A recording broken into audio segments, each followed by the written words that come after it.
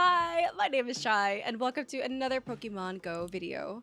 For the global event, I traveled to American Dream Mall located in New Jersey and to a cozy river town along the Hudson. Without further ado, I say we should jump straight into it. We got a lot of ground to cover.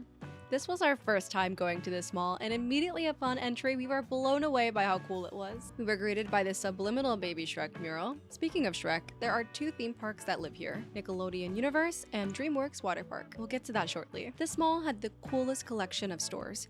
I honestly kept forgetting there was a Pokemon event going on since I was completely enthralled by all of the cute goods. All of my favorite things lived here, and I was over the moon. We made pit stops to every cute thing in sight. My heart wouldn't let me simply walk by. The Nanoblock collection blew me away. I mean, look at all the babies. So many options, it hurts. I have a Lugia at home I still need to build, but I have yet to assemble a set with over 1,000 pieces. Perhaps that can be one of our stream goals. I'm sure it'll take multiple days, but I am always down for the challenge. Next up, we visited Bandai Namco. This recently opened this past May. The Pokemon model kits went hard as fuck. Also, they had such a great variety. I loved the Alchemy and Mimikyu. When I saw the Tamagotchis, I shed a tear, I'm not gonna lie. These mofos make me so nostalgic, and I loved the display. We found Ebisu Life Store and saw the most colorful collection of snacks, Sanrio, and Pokemon goods. Every time I see so many cuties packed into one place, it reminds me of Can I escape? We cannot come out. Mama! even the home goods section is lit. This gives me incentive to reorganize and clean out my kitchen so I can stock up. Time to extend the fun out of the streaming room and integrate into the rest of my apartment. Right outside of the theme park was It's Sugar, the ultimate American candy store. I couldn't believe how many cursed displays were there, too many to count. I am not the biggest candy person, but I always love to visit candy stores because of the fun theming. If you couldn't tell by this point, I love themed things. Maybe a little too much, but if I had to choose one candy, it would be Reese's. I am a peanut butter girly all the way. Let me know what your favorite candy is. This location was 3 stories. I can still smell how fragrant the sugar was inside. The top floor had a lot of cute surprises, including a shit ton of plushies. There was a whole corner dedicated to Pusheen, which caught me off guard in the best way. The store kept giving and I was eating it up. And if that wasn't enough, they also had a Sanrio and Tokidoki collection. They know their audience without a doubt. This was truly theme heaven.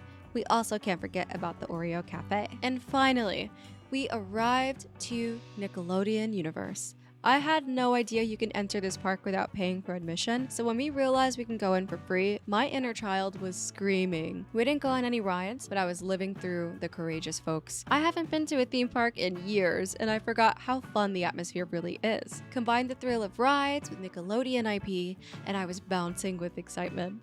This brought back so many fun memories, and it was awesome to see the characters I grew up with alive and thriving in our world. I was also surprised to see the balance between kid-friendly and adult rides. They had a handful of rides that I was even nervous about, so that was nice to see and definitely inspires me to come back.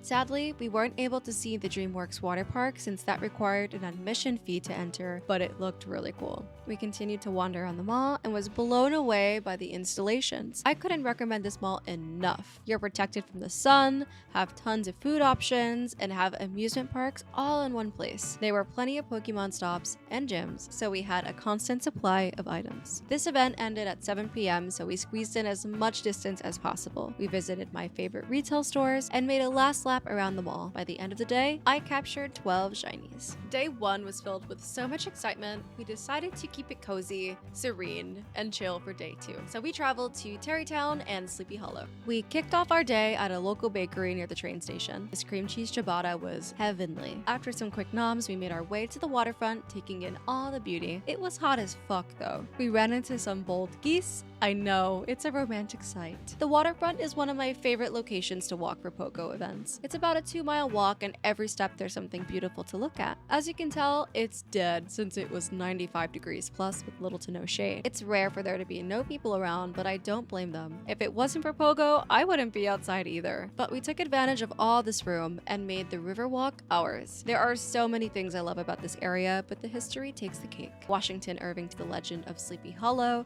the Headless Horseman, and during the fall, this place practically becomes Halloween Town. It's truly an IRL fairy tale town. It was so hot I didn't vlog much of the towns themselves, but the vlog ends with us grabbing some delicious pizza.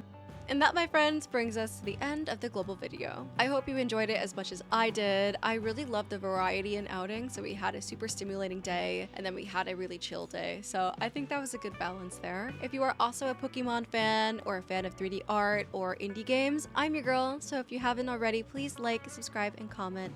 It would mean the absolute world to me. I'll see you on the next video and ciao. Bye.